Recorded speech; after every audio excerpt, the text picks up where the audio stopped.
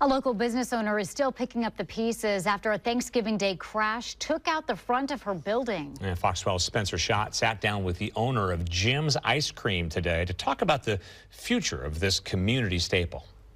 Caution tape still lines the sidewalk in front of Jim's Ice Cream here in Hillsboro, but the owner says she's grateful they've been able to secure and stabilize the building as they start to go through that restoration process. The wall was like shoved in and broken. Inside Jim's Ice Cream, the front of the store is unrecognizable. A lot of our ceiling tiles and insulation and things like that have fallen. Since Thanksgiving, It turned out to be one of the worst days. Adrienne Wakefield has been in a holding pattern. More than 4 days after the holiday crash, she was finally able to file an insurance claim. Now that we're getting the ball rolling, we'll go as quickly as we can, but it's going to take a lot of time, and we don't have all of the information, about the vehicle that actually hit the business. So do you have a timeline of going forward?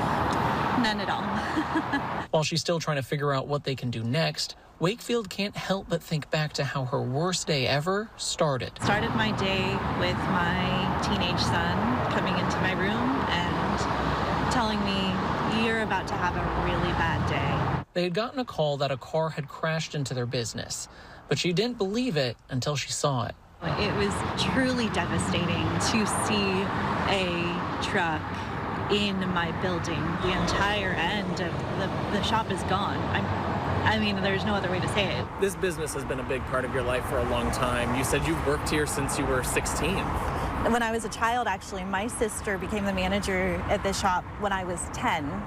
She worked for Jim when it was Baskin-Robbins. Wakefield worked at this ice cream parlor throughout high school. Then 10 years ago, it was renamed Jim's Ice Cream, and that's when she bought the business. And this isn't how you were planning on celebrating 10 years? It was not. No, I was hoping for, Black Friday weekend, Small Business Saturday, things like that, to be able to stretch our celebration to my customers through the weekend. With no product and no storefront, Wakefield says it's been the community support that has really kept her going. Immediately, people were coming and asking if they can help clean up debris. I mean, they're willing to put on their gloves and throw things in the trash. Unfortunately, we're not able to do things like that because of the red tape involved in insurance and liability and such. But the fact that people are willing to do that for a small business in this area is huge. Adrienne has set up a GoFundMe page to help her family and her employees get through this holiday season while the business is still closed.